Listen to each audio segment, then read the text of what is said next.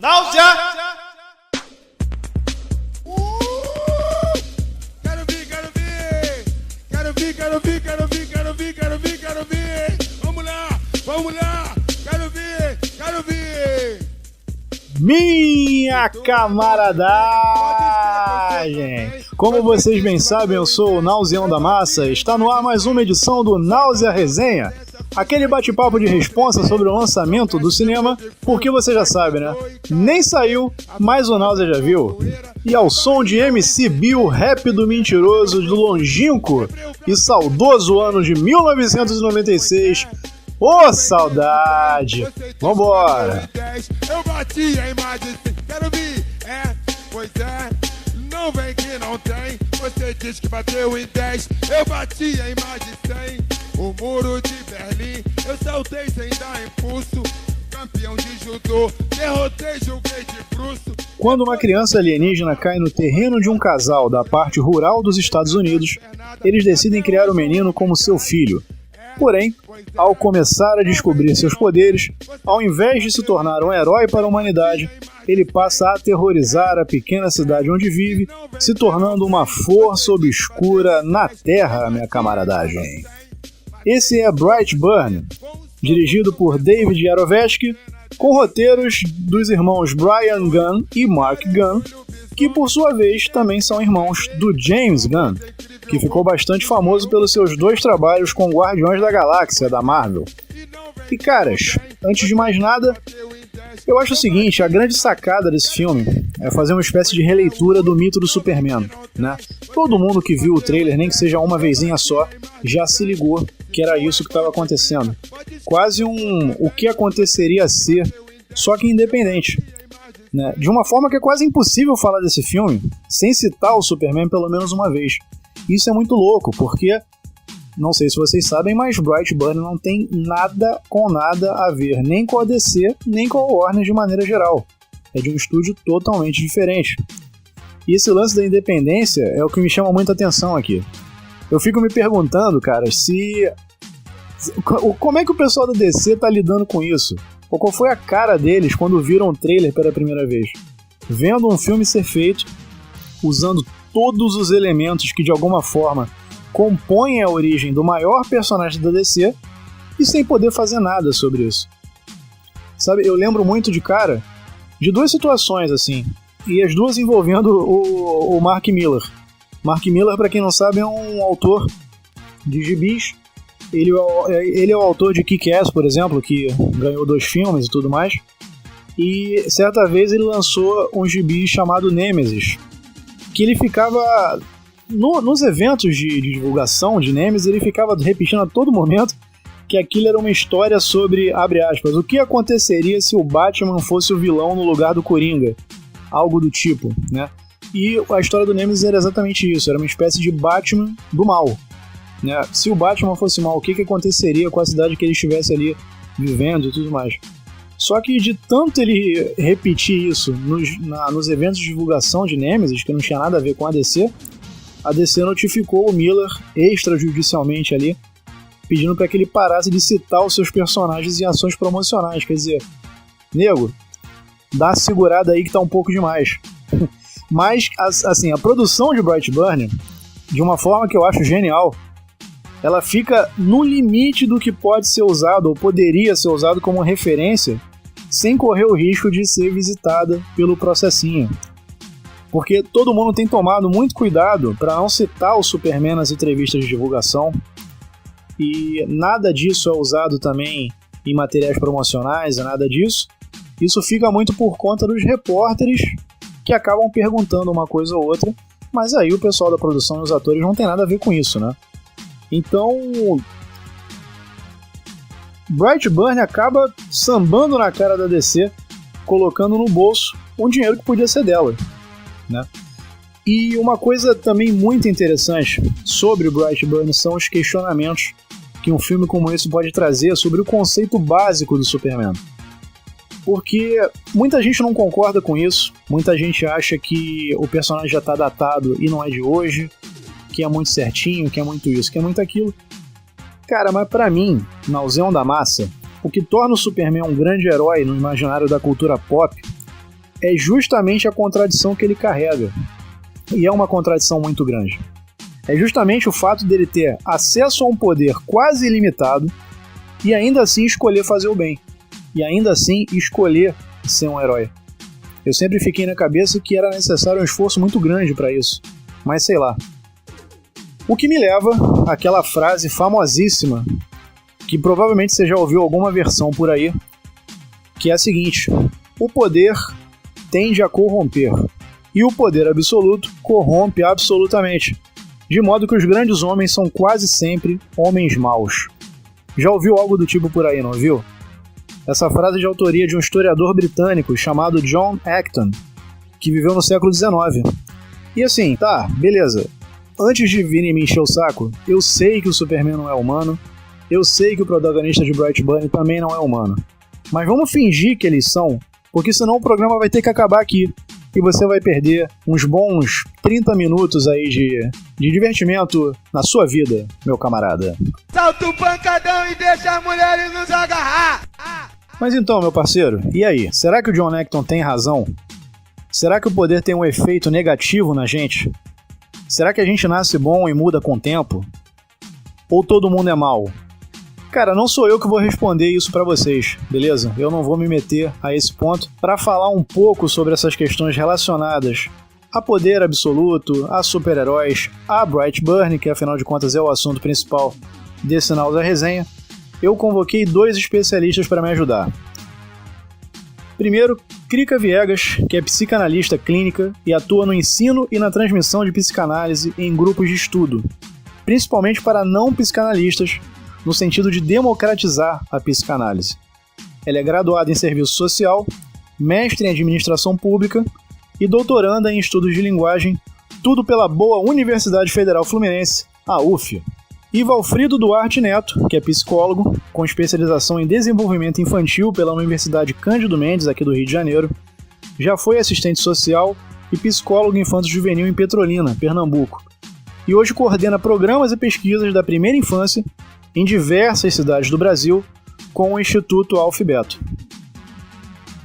Eu fiz a mesma pergunta para os dois e vocês vão notar como é interessante a diferença entre as visões de mundo entre um psicólogo e uma psicanalista. Isso é muito legal, cara. Como é bom poder estar num ambiente em que opiniões distintas não são vistas como crime, não é isso? É isso.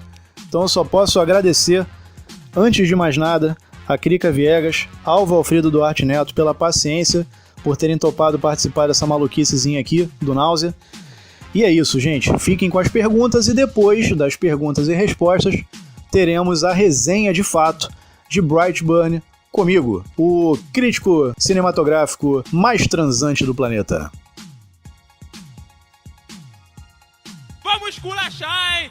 Eu vou começar as perguntas me apoiando nessa frase que é bem famosa do John Acton, né, o historiador. Poder tende a corromper, e o poder absoluto corrompe absolutamente, de modo que os grandes homens são quase sempre homens maus. Então, começando por essa frase do John Acton, na sua opinião profissional, ela corresponde à realidade? O poder corrompe sempre no longo prazo? E aí falando do filme, né? Falando do pouco que a gente já viu do filme pelos trailers. Esse filme claramente faz uma menção ao universo do Superman e reimagina aquilo ali como um filme de terror, né? Então, sob a luz da psicologia, também na sua opinião, seria mais realista que um personagem como o Superman, que tem acesso a um poder quase ilimitado, se tornasse uma boa pessoa ou uma má pessoa? O que seria mais plausível pra gente? A base da personalidade, baseado no ponto de vista da psicologia humanista, né, que é a psicologia que eu tenho formação, ela é essencialmente positiva. Então a gente entende que o ser humano ele é uma pessoa que é naturalmente racional, realista, e ele tem uma tendência progressiva de buscar a sua satisfação. E isso dentro de um ambiente positivo. Então, dentro do ambiente positivo, eu estou tirando o que a gente consideraria de patologias. Eu não estou falando de pessoas psicopatas ou pessoas que têm distúrbios de personalidade. Então, em essência, nós acreditamos que o ser humano ele tem uma tendência inata de buscar a excelência e buscar o bem. Então, vai de encontro a esse pensamento, né, do pensador que você está colocando aí, né, do diretor do filme, do historiador, né, que tem essa tendência de que as pessoas se corrompem facilmente. Obviamente que aí a base da psicologia humanista também vai dizer o seguinte: as experiências e o ambiente compõem a formação da personalidade de um indivíduo. Então isso implica que, na medida que o ambiente que você cresce, que você se desenvolve, obviamente aquelas experiências que estão ali lhe cercando vão tender a ter uma influência direta na formação da personalidade do indivíduo. O que não quer dizer que ele nasce com essa propensão. Então, em tese, ele nasce com uma propensão boa e que ele é uma visão fundamentalmente otimista de que a gente está falando baseado à luz da psicologia humanista. Então, de novo, a gente está falando da formação de personalidade, né? Nesse sentido, mesmo avaliando a questão clássica do filme, né, e o poder que o ser humano poderia, né, trazer com ele, e sim ser uma pessoa diferenciada de superpoderes, enfim, isso não iria fazer com que a pessoa tivesse um desvio de conduta. A princípio, que a gente está falando nessa linha, né, de interpretação do que seria a personalidade, porque o que conta mesmo é o processo dinâmico desse indivíduo, né? Como que esse ponto de partida do núcleo da sua personalidade se desenvolve. E para a base dos teóricos humanistas, especialmente falando do Carl Rogers, ele fala que o ser humano tem necessidades organísmicas, né, que estão ligadas a afeto, a consideração, a valores, né, e sim, como se constrói isso na relação com os outros. Então isso não vem especificamente só de uma aprendizagem, isso vem também da forma que eu dou significado às coisas, né, como as coisas estão ligadas em direção aos seus próprios fins. Ele usa um termo dentro da base da sua teoria, que é um dos termos importantes, que ele chama de tendência atualizante. Na concepção dele, o ser humano tem uma questão que é inapta a ele, que ele tende a evoluir e buscar o melhor a partir das experiências que ele tem ao seu redor. Então essa estrutura seria uma estrutura voltada para o sucesso e voltada para o bem. Obviamente que vai depender muito de a que relações e a que experiências esse indivíduo ele é submetido, especialmente na fase inicial de sua vida, né? A gente está falando aí de uma criança também no processo do filme, que talvez isso tenha uma grande influência, né? As primeiras experiências que essa pessoa venha a ter, que vai ou não dar base para essa personalidade que está sendo formada aí até a sua adolescência, se consolidando nesse sentido.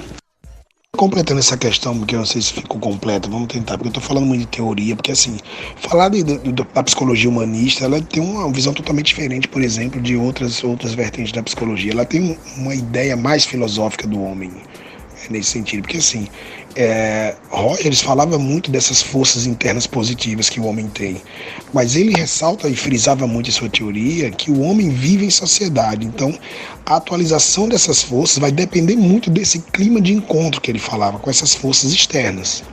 Então esse encontro ele se situa exatamente no nível dessas relações interpessoais. Ele parte de uma ideia de que o sujeito tem necessidade de se compreender e de ser compreendido, tá? Então ele vê a situação da pessoa como se fosse de uma forma que ele precisa se auto-atualizar com essas relações que eles constroem. Então nem sempre uma relação que pode ser possível para mim é possível para o outro. Então isso também torna um pouco mais complexa essa interpretação, mas em geral essas experiências, né, que ele coloca essas forças exteriores, esse meio que eu estou inserido, é que vai dar esse norte para o caminho dessa pessoa que eu vou vir a ser. Então, em tese, seja Superman ou seja qualquer outro herói, ele sendo exposto a um berço favorável, ele tem grandes possibilidades de ser uma pessoa boa, tá? Aí salvos de desvio de conduta que a gente vai entrar dentro de um lado patológico, que eu acho que necessariamente não é o caso da discussão aqui. Vamos esculachar, hein? Tem alguns fatores interessantes aí. O poder corrompe. Pode corromper, sim. Mas para a psicanálise, né, nós não somos bons. Pelo contrário, a gente tem que fazer exercícios desde a infância. Isso vem pela educação, vem pelo ambiente social que a gente vive. E a gente tem que fazer exercícios para o contrário da nossa maldade, que já é meio que inata, né? Freud já estudava isso, depois vieram os pós-freudianos e a psicanálise, mas esse é um dos pontos principais. Nós não somos bons. Mas a gente pode, assim, isso em termos muito interiores, natureza humana mesmo, né? Freud estava de acordo com os estudos do seu tempo, os homens do seu tempo, desdisse muitas coisas e confirmou outras, e essa é uma delas. E, assim, o poder pode corromper sim, porque corromper mais, vamos dizer, né? Porque o sistema que a gente vive é um sistema corrupto, né? Acho que todos os sistemas humanos, né, acabam sendo corruptos. Estou falando especificamente do nosso capitalismo neoliberal ocidental e aqui no caso do Brasil periférico, né, selvagem até a última gota. Então o poder tende a trazer muitas oportunidades, né? E se a gente não tem os nossos limites muito claros, a gente tende a achar que pode tudo, né? Porque quando a gente tem poder, a gente vai ficar cercado de pessoas que bajulam, né? Por isso que é muito difícil para pessoas que têm tanta projeção, tanta coisa. Normalmente essas pessoas sentem muito falta de amigos verdadeiros, de pessoas que os digam, que os coloquem de volta na realidade, né?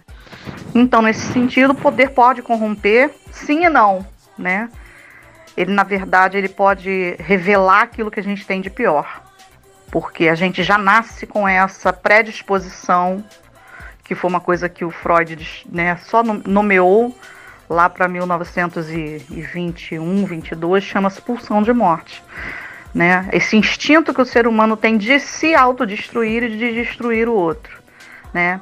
Vamos contextualizar, ele viveu 2 guerras, né, no seu tempo de vida, e ele viu isso muito de perto, como essa pulsão de morte atuou no ser humano, né? A gente pode ver, inclusive, que essa pulsão de morte está muito forte, né? De uns anos para cá, no mundo afora, parece que a gente saiu de um pêndulo mais humanista e voltou para aquela coisa meia-idade das trevas, assim, questão da maldade. Mas isso está no ser humano. Então o poder pode corromper e pode revelar ainda mais o que a gente já tem de corrupto dentro da gente, né? No sentido mesmo humano. Bom, na sua segunda pergunta aí, de acordo com o que a gente falou, né, sobre essa pulsão de morte está muito presente. O Freud fala de 2 pulsões, né, a de vida, que é o Eros, e o Thanatos, né, que é a pulsão de morte. E até me lembro do Thanos, dos Vingadores, quando falo Thanatos. Vai depender de como assim, eu também vi o trailer, né, de como ele vai lidar com isso. Uma pessoa com poderes ilimitados, ela tem que lidar realmente com a sua vontade de destruir, né? Acho que tem que fazer um exercício maior ainda de trazer o seu lado, né? Que ele também existe, né? A gente é, como dizia Freud, perverso polimorfo, né? A gente, porque as nossas procuras de prazer ou de dor, elas vão para várias instâncias. Né? Então, acho que um ser como esse, né, tem que lidar ainda muito mais com a sua pulsão de destruição, vamos dizer assim. Né? Tem que ter um autocontrole muito maior. Né? Como é uma versão terror, né, para o universo do super-homem, acredito que essa pulsão de destruição deva ficar do personagem, né, da personagem, deva ficar bem assim, acentuada, né? E aí, finalizando essa sua pergunta, se ele se tornaria uma boa pessoa, uma pessoa, eu acho que ele vai ser tão mais bem sucedido se ele se tornar, tendo se tornado uma boa pessoa, porque isso vai demandar, vai nos mostrar um nível de esforço e exercício que essa pessoa fez para se tornar bom, tendo tanto poder de destruir a tudo e todos, né? Então, a gente vive num mundo de competição, de passar por cima, de individualismo, eu primeiro. Você imagina isso num super-herói, né? Então, ele vai ter que exercitar o seu, né, o outro lado da pulsão de vida, vamos dizer assim, da pulsão dos laços sociais, da pulsão de Eros, para que o Thanatos, para que a pulsão de morte fique devidamente equilibrada dentro dele, né? E a gente tem visto aí que quando isso fica muito desequilibrado, o que acontece? Vamos esculachar, hein? E aí também sobre o filme, e sem dar spoiler, Os trailers já mostram duas coisas muito claramente, né? Que o Brandon, que é o protagonista, o menino com poderes, ele se torna uma pessoa cruel, e também mostra que ele sofreu algum tipo de humilhação pública e bullying na escola em algum momento da vida dele. E aí, fazendo um paralelo com toda essa movimentação de jovens em fóruns privados, redes sociais, que procuram organizar, e alguns chegaram a cometer ataques a escolas, como foi a de Suzano e tudo mais, na sua opinião, quanto é possível culpar as humilhações públicas e o bullying de uma maneira geral ao início de um comportamento violento por parte de uma criança? O bullying escolar seria suficiente para transformar alguém num psicopata? Ou ele serve de gatilho para algo que de repente já estava ali dormente?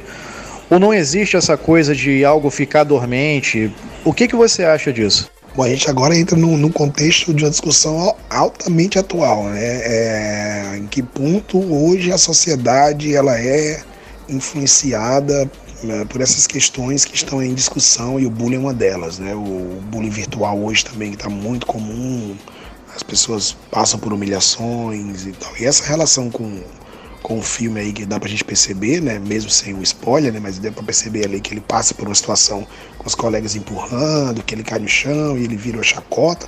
Obviamente aí tem algo que chama atenção do ponto de vista de uma análise, já que a gente está falando apenas de um recorte do processo, né?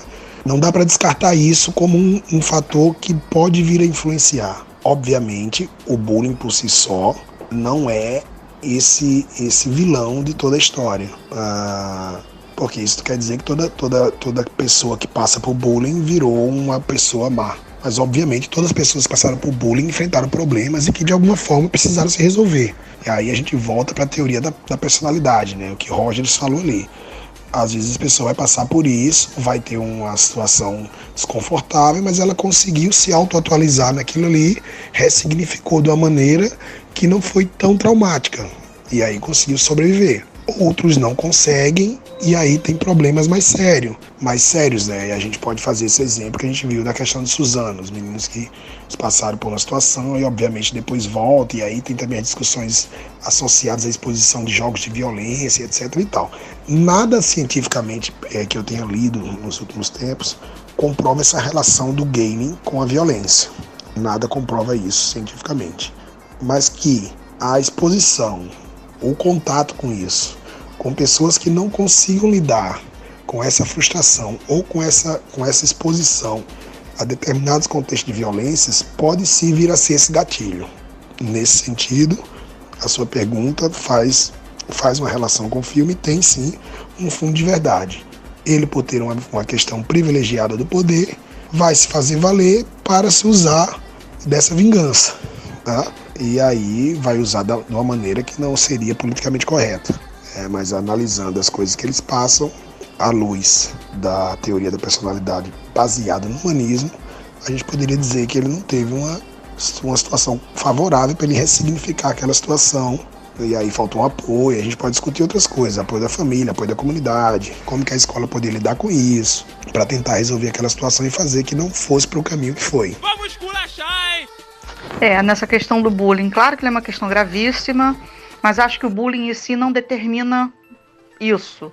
O fato da pessoa se tornar um psicopata, se tornar um sociopata, se tornar um assassino, ou o que quer que seja. Ele pode contribuir sim, porque a gente também acaba produzindo e sendo produto do ambiente que a gente vive.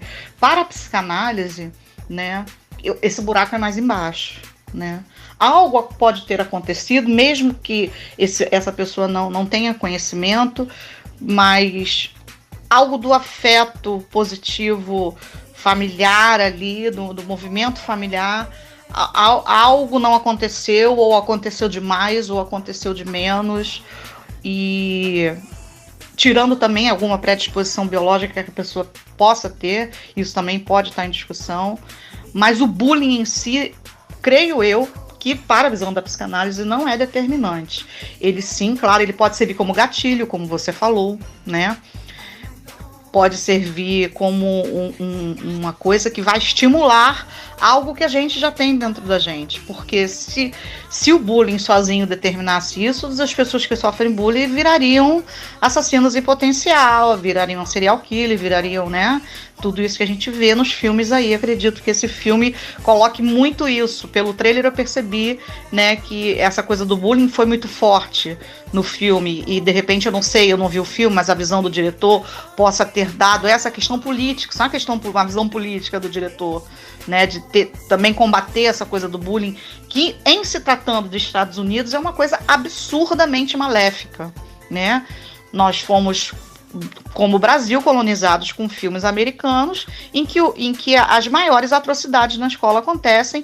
Tenho amigos que moram lá, que viram seus filhos passarem por isso. Tem amigos, inclusive, que desistiram de ter filhos porque foram jovens brasileiros que foram muito novos para lá, viram o terror que isso era, e eu tive 2 amigas que desistiram de ter filhos porque disseram exatamente assim: eu não quero ter um filho que passe por isso.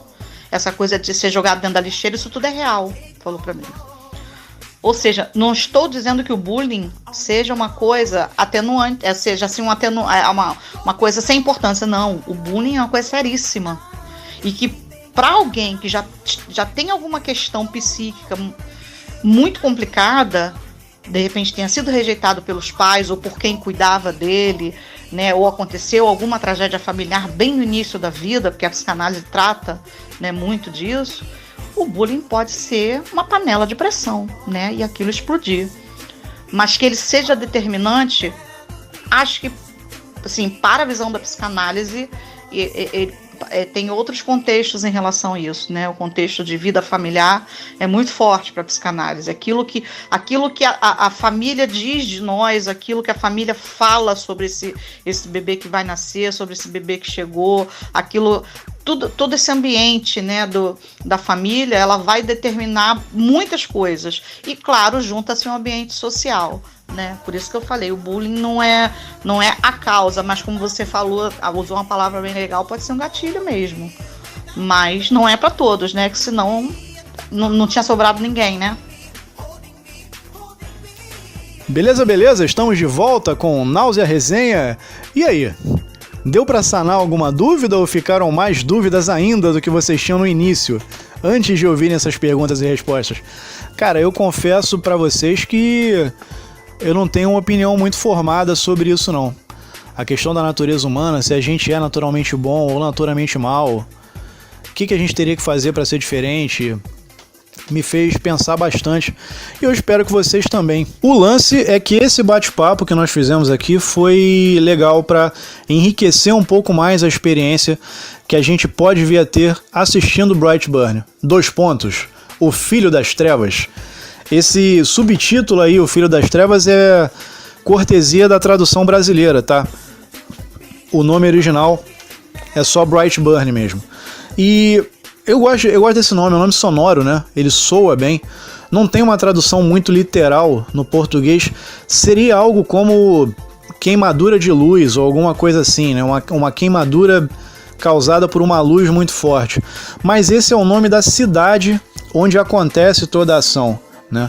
Uma cidade que está claramente, mais uma vez, emulando Smallville ou qualquer outra cidade rural do Kansas, né? No caso, ele fica no Kansas, e é ali que toda a ação se desenrola. Agora, falando de Brightburn como filme, especificamente, e já... para começar, não tem spoiler aqui, tá? Fiquem tranquilérrimos, porque a Falange não tem como política geral. Todos os heróis da Falange seguem esse preceito de não dar spoiler nunca. E principalmente eu. Nunca esperem spoiler de mim, porque spoiler, você bem sabe, é coisa de site pau no cu que não merece a sua audiência. Então, sem spoiler nenhum, vou falar de uma maneira geral sobre o filme, para você ter um panorama se vale ou se não vale a pena morrer naquele combo de pipoca e refri que custa 1% do PIB de um país emergente, naquela sessão marota do sábado à noite ali, você sabe bem. Então, indo direto ao ponto, cara, sim, vale. O filme é muito interessante, o filme traz umas questões muito legais, inclusive essas que eu pude conversar com os profissionais convidados aqui hoje e te faz pensar bastante, assim, nos comos e porquês das coisas. Ele tem o orçamento desse filme foi baixíssimo, não sei se vocês sabem disso. Baixíssimo, claro, comparando com outros filmes aí que vão chegar e já saíram do cinema. Não tá longe de ser um filme da Marvel da vida e tudo mais. Mas eu costumo dizer que quanto menos recurso, mais fácil você enxergar o talento, né? Porque é aí que você vê a capacidade de um diretor, de um produtor, de um roteirista, de lidar com a falta de recurso e ainda assim entregar um negócio legal, né? E eu fico muito feliz de dizer que isso acontece em Brightburn, porque trabalhar com superpoderes é sempre um negócio complicado. Você não tem como fugir de efeitos visuais, sejam eles digitais ou práticos, né? E eles souberam ali fazer certas economias, fazer certas escolhas na forma de montar o filme que economizam um bom troco e acabam não prejudicando em nada. Por exemplo, a questão do voo do Brandon Breyer, que é o nosso protagonista. Ele não aparece fazendo voos acrobáticos nem nada disso, né? Grande parte das cenas em que ele é visto voando, ele está simplesmente pairando no ar, parado. Isso é muito mais fácil de fazer do que um voo propriamente dito, flanando livremente pelo ar, né? Eles usam muito o recurso da super velocidade, que você já viu no trailer inclusive também. Isso é muito mais barato do que um voo, né? Mas mesmo quando tem que usar um efeito visual e não tem como fugir, por exemplo, quando ele usa a visão de calor, que aparece no trailer e tudo mais, não comprometeu em nada, ficou bem legal. Visualmente o filme funciona bem. Só uma parte que ele usa o voo mais pro fim do filme e tal, que eu não posso entrar em muitos detalhes, que dá pra ver que faltou grana ali, mas ainda assim, volto a dizer, não compromete. A questão do roteiro, ele é basicamente isso que está sendo mostrado no trailer. Não tem nada estilo Shyamalan, não tem nenhum final absurdamente surpreendente, uma reviravolta maluca, não tem nada disso. É uma história direta e reta, segue uma linha temporal reta, passado, presente, né? Não tem muito flashback, não tem nada disso. E talvez seja o grande tropeção do filme, não chega a ser um defeito, mas um tropeço. Ele acaba sendo curto demais para que tenha um desenvolvimento melhor de personagens. Não só o Brian, o protagonista, mas os seus pais também, a Tori e o Kyle Breyer. A Tori é feita pela belíssima Elizabeth Banks, que foi também a Rita Repulsa naquele filme marromeno dos Power Rangers que saiu ano passado. E o Kyle Breyer é feito pelo David Damon. O Brandon Breyer, que é o protagonista, é feito pelo Jackson Dunn. E do elenco ali, basicamente é isso. Tem mais um casal de tios, que é o Noah McNichol e a Marilyn McNichol, que são feitos pelo Matt Jones e pela Meredith Hagner. O elenco é basicamente esse. Então isso também foi enxugado, de maneira a reduzir os custos do filme, né? São poucos personagens com falas, são poucas locações diferentes também.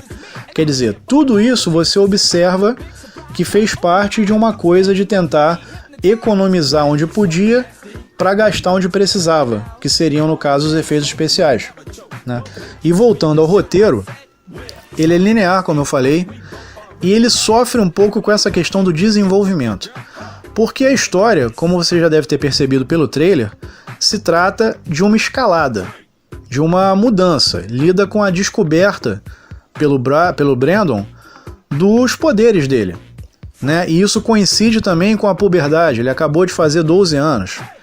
E todas as mudanças que isso traz também, né? Também pelos trailers o trailer mostra que ele sofre algum tipo de humilhação, algum tipo de bullying ali, né? E isso tem algumas consequências na forma como ele é, na personalidade dele. Ele é um cara muito recluso, muito quieto e tudo mais.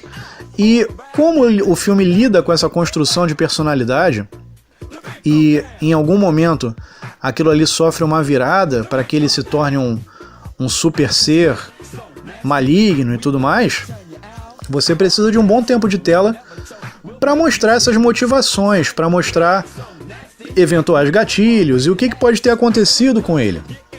Isso acaba não tendo tanto espaço quanto deveria, porque ao final de contas, esse ainda é um filme de terror. Ele foi vendido como um filme de terror, tá ligado? Então, você tem que ter a coisa do terror ali também. O elemento terror tem que ter mais tempo de tela que um eventual desenvolvimento de personagem. E o filme, como não é tão longo, sofreu com isso. Você tem a sensação que as coisas acontecem rápido demais para que o filme chegue num momento em que o elemento do terror possa começar a ser mostrado, né? E, enfim, isso é complicado. Eu senti muita falta de um desenvolvimento de personagem. Eu acho que precisava de pelo menos mais 30 minutos de filme que fosse. Eu acho que se tivesse mais meia hora de filme ia ficar redondo. Mas isso não quer dizer, mais uma vez, que o filme seja ruim. Ele peca nesse aspecto. Também tinha pouco dinheiro. Fazer um filme mais longo custa mais dinheiro. Isso tem que ser considerado. Mas a ideia é ótima, o conceito é ótimo. A forma como o conceito foi trabalhado nesse filme, se não é uma obra-prima, longe disso, eu achei muito satisfatório. Parece mesmo que eu tô vendo uma série, parece que eu tô lendo um gibi de o que aconteceria ser da Marvel, ou Túnel do Tempo, da DC, mostrando uma versão alternativa do Superman, como foi com o nosso super-homem soviético no Entre a Foice e o Martelo, e coisas do tipo, né? Eu achei bem interessante a experiência, assim. Como filme, é a primeira iniciativa desse tipo, né? Nos gibis já tivemos algumas delas. O próprio Nemesis, que eu citei no início do programa, né? Que é como se fosse um Batman do mal, feito pelo Mark Millar, já está aí há um tempo. O próprio Mark Millar depois lançou uma minissérie chamada Superior, ou Superior em português, que tem o mesmo argumento desse filme. É um ser super poderoso, é um Superman, que no final vira um vilão, né? Então isso não é novidade para quem está habituado a ler gibi, para quem está inteirado desse universo. Mas no cinema é a primeira proposta nesse sentido, com esse nível de poder. De você pensar assim, porra, agora fudeu, irmão. É isso. Então, sem estragar muito a sua experiência, eu posso te dizer tranquilamente que esse filme é uma das grandes surpresas do ano em relação à cultura pop de maneira geral, super-heróis e tudo. Eu me recuso a falar, como a divulgação tá dizendo, que esse filme é uma mistura de dois gêneros, filme de terror e filme de super-herói. Porra, filme de super-herói não é um gênero, tá, gente? Desculpa. Gênero é ação, comédia, drama, suspense, terror, né? Filmes de heróis, filmes com heróis ou super-heróis geralmente são filmes de ação. Não existe filme de super-herói. É a mesma coisa que falar, não, eu gosto de filmes de tubarão. Pô, isso não é um gênero, né, gente? Então, pelo amor de Deus, né? Pessoal da divulgação, vamos prestar um pouco mais de atenção nisso. Em relação à parte do terror, que é como o filme se vende de maneira geral, é bastante satisfatória também, mesmo para quem assiste muito filme de terror, como é o caso do meu parça Mãe Serpente. A experiência é muito boa, eles não abusam de sustos gratuitos ou barulhos do nada só para te fazer pular da cadeira. Tem muita... assim, a trilha sonora trabalha muito bem para isso, para criar um clima de pressão psicológica ali, até que a coisa estoura. Tem muito gore, tem muita cena pesada de mutilação, de morte feia mesmo, que tu fica falando assim, carai, velho, né? Então, assim, a quantidade de vezes que você fala, carai, velho, determina se o filme de terror foi bom no gore ou não. Eu falei, carai, velho, umas 4 vezes, então acho que tá na média, tá? Porque não é um terrorzão clássico onde começa a dar merda desde o início, né? Tem uma caminhada ali. Então o tempo que sobrou de tela pra ambientação de terror, propriamente, funcionou bem pra caramba, cara. Então, no geral, você sabe muito bem a essa altura que a Falange não dá nota pra filme, mas eu posso te dizer que é uma experiência muito legal ir ao cinema assistir Brightburn. Vá ao cinema assistir Brightburn, morra no combo de pipoca e refri que custa 1% do PIB de um país emergente, sem medo de ser feliz, Tá, eu sei que tá no final do mês, mas faz esse sacrifício aí. Entra no cheque especial, vende tua casa, dá teu jeito, irmão. Compra pipoca lá que vai valer a pena. Então é isso, minha camaradagem. Esse foi mais um Náusea Resenha, a crítica cinematográfica mais transante do universo. Espero ter podido contar com a sua audiência desde o início até agora. Tomara que você tenha curtido o nosso bate-papo com especialistas. E ficamos a postos para mais uma edição daqui a pouquinho rolando no nosso site. Nosso site é www. Alguém ainda usa www? Não precisa mais falar isso não, né? Falange.net, então, falange.net é o nosso site. Você nos encontra no Facebook, no Twitter e no Instagram como Falange Informa, para ficar mais fácil de encontrar. Nosso e-mail é contato@falange.net e você encontra esse programa também no nosso canal do YouTube. É isso, beijunda e até a próxima, meu camarada.